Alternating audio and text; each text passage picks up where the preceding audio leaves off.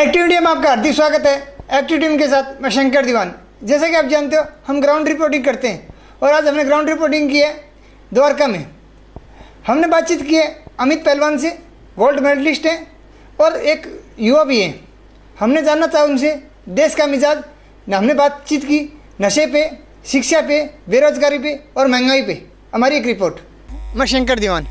जैसा कि आप जानते हो हम ग्राउंड रिपोर्टिंग करते हैं और आज हम पहुँचे हैं द्वारका में। आज एक देश में मुद्दा अहम चल रहा है, मुद्दा है नशे का। एक के साथ एक फ्री काफ़ी कॉम्बो ऑफर में बिक रही है और हम अमित पहलवान जो हमारे साथ में देश का नाम उन्होंने रोशन किया, देश के लिए मेडल लेके, और सर से जानेंगे कि जो आज की युवा जनरेशन के लिए नशा जो कितना घातक है उसे कैसे छुटकारा पाया जाए और इस लत को कैसे छोड़ा जाए।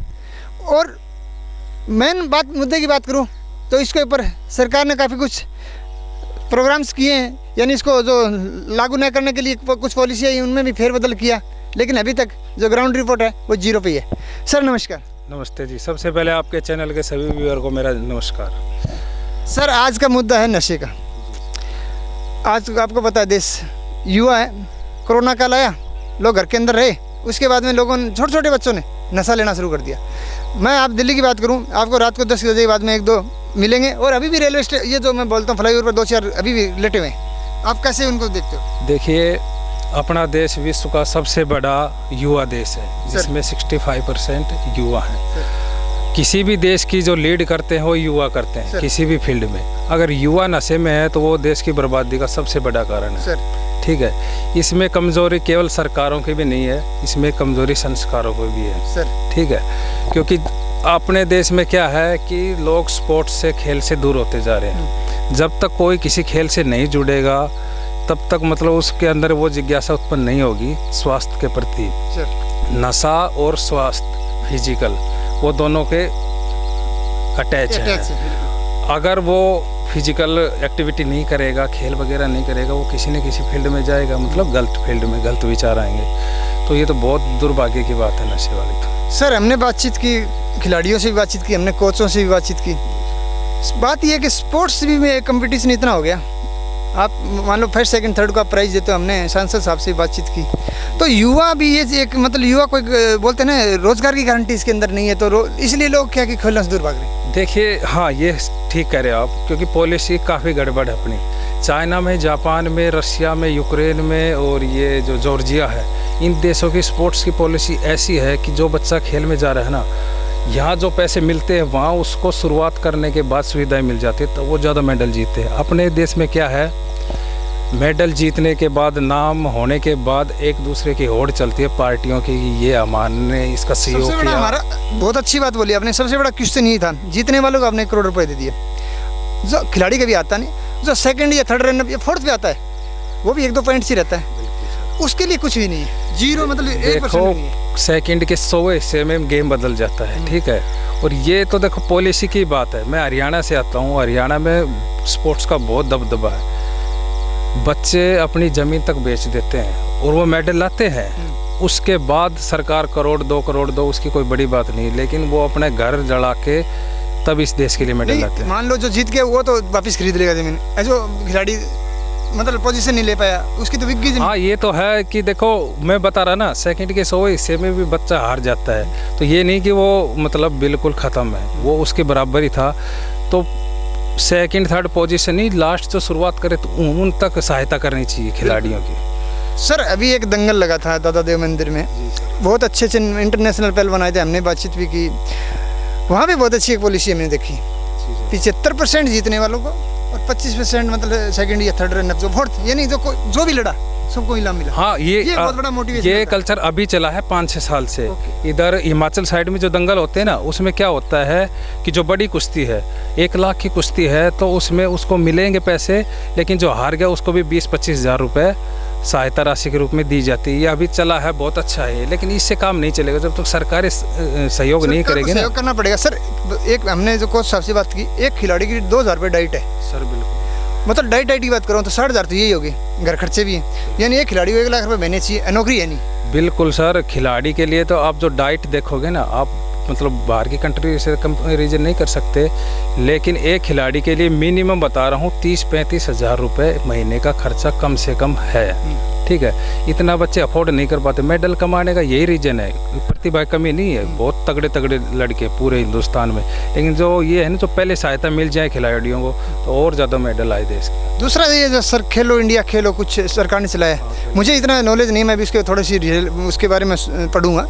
सरकार बोली कि इस पर बहुत अच्छा काम हो रहा है, तो ये ऐसा हुआ है क्या? हाँ, खेलो इंडिया में हुआ, खेलो इंडिया यूथ गेम्स, खेलो इंडिया यूनिवर्सिटी गेम जो ये सरकार ने किए ना, इसमें मतलब जो छोटे खिलाड़ी हैं और जो गांव से आते हैं उनको मौका मिल रहा है और इसमें बहुत अच्छा काम हो रहा है, बहुत अच्छा हो रहा है। सर अभी हमें उसी बात है कि आपने जो बातचीत की, जैसे कि हमने खिलाड़ियों की मोटिवेशनली बात की, ये पार्ट तो आ जाता पॉजिटिव, फिर आता नशे वाला, फिर हम घूम फिर के वहीं आने वाले हैं। सर नशे का ये सिस्टम देश में आप देखो, इसका क्या किस नज़र से आपने देखा? ठीक है कि युवा जब मतलब एक फील्ड खेल में नहीं जाएगा या पढ़ाई में नहीं जाएगा तो गलत आदतों में लगता है, तो सर उसके पीछे कुछ तो रीज़न होगा, कुछ आपका क्या एक्सपीरियंस है? नशे का और अपराध का ये भी एक दूसरे के पूरक है। अपराध और नशा कब बढ़ता है? अब आप क्राइम रिपोर्ट देखना कि 90% जो भी अपराध होगा ना इस देश में, वो जो बंदा किया है वो नशे में करता है। ठीक है, उसका एक बड़ा रीज़न है बेरोजगारी, ये आपको मानना पड़ेगा। ये सारे मुद्दे एक दूसरे से रिलेट हैं सारे। बेरोजगारी है इसलिए बंदा डिप्रेशन में जाता है, क्या करे क्या नहीं, नशा कर लेता है, इसी से अपराध बढ़ता है। अगर बेरोजगारी पे रोजगार पे काम हो ना तो ये नशा भी छूट जाएगा और ये अपराध भी ऑटोमेटिक कम हो जाएगा। सर एक बात बताओ, मैं बात करूँ दिल्ली या हरियाणा की, मैं बेरोजगारी मानता हूँ है, इसमें कोई डाउट नहीं है, महंगाई भी है, ठीक है, सरकार कितने भी आंकड़े दे दो, आप मतलब इस चीज़ को छुपा नहीं सकते कि बेरोजगारी या महंगाई नहीं है। और आपने एक अच्छी बात बोली, नशा, बेरोजगारी, महंगाई ये सब एक साथ जुड़े हुए हैं। आदमी मतलब नशा कब करता है? स्ट्रेस वाली बात, मानते हो इस चीज़? बिल्कुल। तो सर एक बात और बताओ मुझे, 500 रुपये भी दिहाड़ी है इधर दिल्ली में, लेकिन आदमी नहीं मिल रहा है, तो मतलब मेरे को लग रहा है युवा भी तो काम करना नहीं चाहता। देखो इसमें एक पक्ष की गलती नहीं होती, ठीक है, जिस पे ज़्यादा जिम्मेदारियां हैं सरकारों पे, एजुकेशन सिस्टम पे काम करो, रोजगार पे काम करो, तो 100% नहीं तो 80% लड़के तो सुधर जाएंगे इससे। अपनी 100% कभी भी कोई भी सिचुएशन नहीं होती। अभी रोजगार की मैं बात कर लूँ तो अभी आपको पता है कि सरकार स्कीम लेके आई है, हमने उस समय एक बार आपसे बात की थी, लेकिन कुछ टेक्निकल प्रॉब्लम के कारण हमारा वो इंटरव्यू पूरा नहीं हो पाया। सर जो अग्निवीर योजना आई है, अग्निवीर योजना, अग्निपथ जो स्कीम है, और TOD, टूर ऑफ ड्यूटी, उसमें रोज़गार की गारंटी दी गई है। हमने काफ़ी लोगों से बातचीत किया, तो जहाँ तक हमारा सर्वे है, देखो पब्लिक ये बोलेगी कि आप पॉजिटिव दिखाते हो, आप सरकार का पक्ष लेते हो, लेकिन 75% अभी भी इस मामले में ये लग रहा है कि युवाओं के मतलब बेनिफिट होंगे और लोगों को मतलब युवाओं को रोज़गार मिलेगा। देखिए जो स्कीम आती है ना, वो सबसे पहले समझ आनी चाहिए। युवाओं का रोष इसलिए क्योंकि इस देश में बच्चे नौकरी के लिए फौज में नहीं जाते, वो जब 8th में 7th में 6th में होते तभी सोच लेते, तभी गांव में तैयारी शुरू कर देते। हाँ, तो उनको तब इतना थोड़ी पता होता है। तो इस देश में लोग देशभक्ति के लिए फ़ौज में जाते हैं। जो स्कीम लाए हैं, अब जो उदाहरण दे रहे हैं कि भाई हम रशिया, अमेरिका, इजराइल जैसा पॉलिसी ला रहे हैं मिलिट्री की, सर उनका जो लेवल है ना, हर तरीके से, भाई मानव विकास में ले लो, प्रति व्यक्ति आय में ले लो, हैप्पीनेस इंडेक्स में ले लो, कुछ भी ले लो, वो अपने से 100 नंबर टॉप है। तो उस लेवल में आने के लिए 100 साल लगेंगे, तो आप डायरेक्ट कोई पॉलिसी थोप नहीं सकते। थोड़ा सा आपको रोकूंगा इस बारे में। आपने बात बहुत अच्छी बोली, रशिया का आपने एग्जाम्पल दिया, आपने US का एग्जाम्पल दिया। मुझे जहाँ तक इस देश में मतलब अपने देश में एक ही कमी महसूस हुई, और मुझे लग रहा है वो सबसे बड़ी जड़ है, वो है जनसंख्या की। 140 करोड़ तो सर बोलते हैं, मुझे लग रहा है 150 करोड़ पार कर चुकी है। सर जनसंख्या 40 करोड़ बता रहे हैं ना, 140, ये तो काउंटिंग से बता रहे हैं।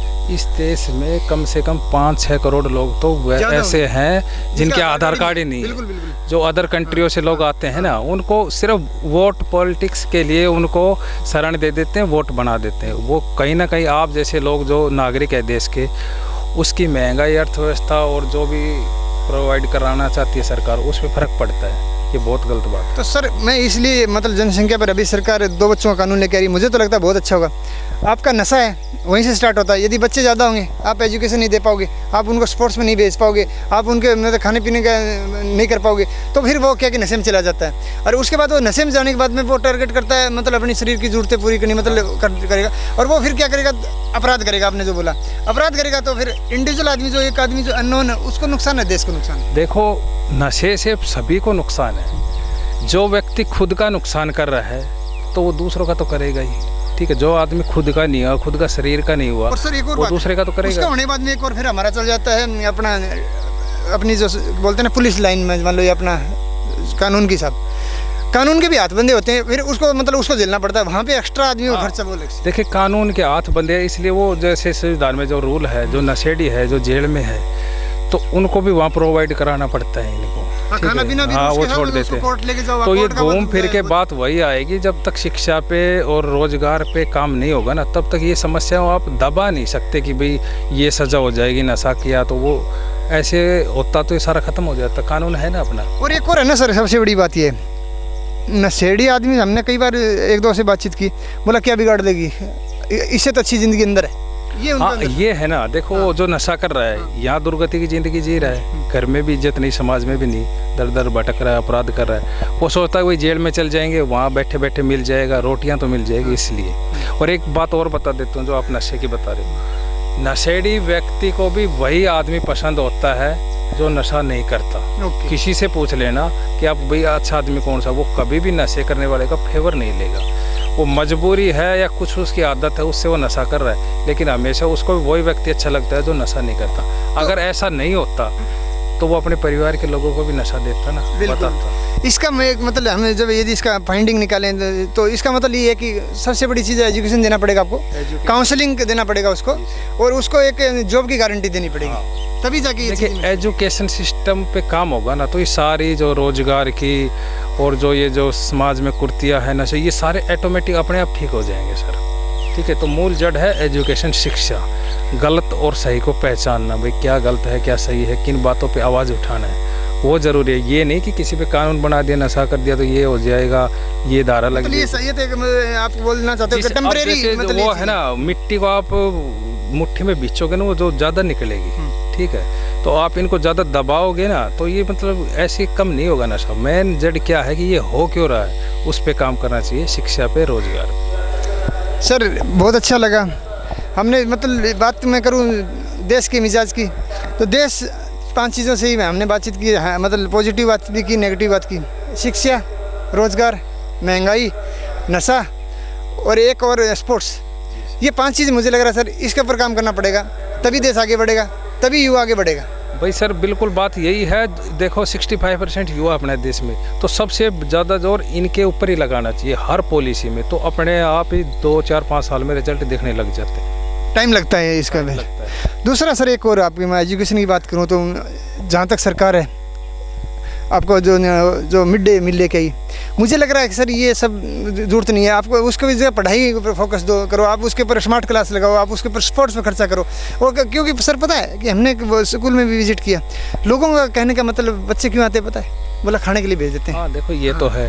अब देखो यदि ये बंद करके टाइम खराब भी होता है सर, एक मान लो कहीं भी यदि लंच का भी टाइम होता है तो 1-1.5 घंटा खराब होता ही है। देखो सर इतने बच्चों को खाना वो बात आपकी सही है। जो गवर्नमेंट स्कीम है गवर्नमेंट स्कूलों में खाने वगैरह की, तो आपको पता है प्राइवेट स्कूलों की फीस बहुत ज़्यादा है, उसमें गरीब घर के बच्चे भी पढ़ते हैं सर। एक नहीं एक बात हो, जैसे कि आजकल रिजर्वेशन कोटा होता है, आप प्राइवेट स्कूल में सर आदमी जाता है इसलिए कि सरकारी में बोलता पढ़ाई नहीं होती, और सबसे दुख की बात यह कि प्राइवेट मतलब सरकारी स्कूल का टीचर भी अपने बच्चों को प्राइवेट में पढ़ाता है। बिल्कुल सर। देखिए जो भी व्यक्ति है ना, जहाँ उसको अच्छी स्टेबिलिटी लगेगी ना वहाँ जाएगा वो। एजुकेशन सिस्टम अगर सरकारी में ख़राब है तो वो क्यों पढ़ाएगा, ठीक है। तो मैंने आपसे शुरू से किया, अगर एजुकेशन पर आप जोर दोगे तो सारी समस्याएँ अपने आप दूर हो जाएंगी। जैसा कि हमने सर से बातचीत किया, स्पोर्ट्स के एक नामी पहलवान हैं, देश के लिए मेडल लेके आए, बहुत अच्छा करते युवा हैं, और सबसे अच्छी बात है कि उन्होंने अपने खुल के विचार रखे। नशा हो या कोई भी चीज़ हो उसको हमें जड़ से ख़त्म करना होगा, शिक्षा पे और स्पोर्ट्स पे हमें ध्यान देना होगा ताकि देश आगे बढ़े, ताकि युवा आगे बढ़े। आज बस इतना ही, कल फिर मिलेंगे हम एक नई मुहिम के साथ, तब तक के लिए धन्यवाद। जय हिंद, जय भारत। जैसा कि आप जानते हैं हमारी देश का 65% आबादी युवाओं का है। हमें युवाओं को नशा से बचाना होगा, हमें नशा मुक्ति के अंदर पे ध्यान देना होगा, और जो धड़ल्ले से व्यापार कर रहे हैं, 2 नंबर का काम कर रहे हैं, उन पब और बार को हमें बंद करना होगा, अच्छी शिक्षा देनी होगी ताकि देश आगे बढ़े। इसी के साथ आज बस इतना ही, कल फिर मिलेंगे एक नई मुहिम के साथ। तब तक के लिए नमस्कार, जय हिंद, जय भारत। आप हमारे चैनल को लाइक शेयर एंड सब्सक्राइब जरूर करें। वंदे मातरम।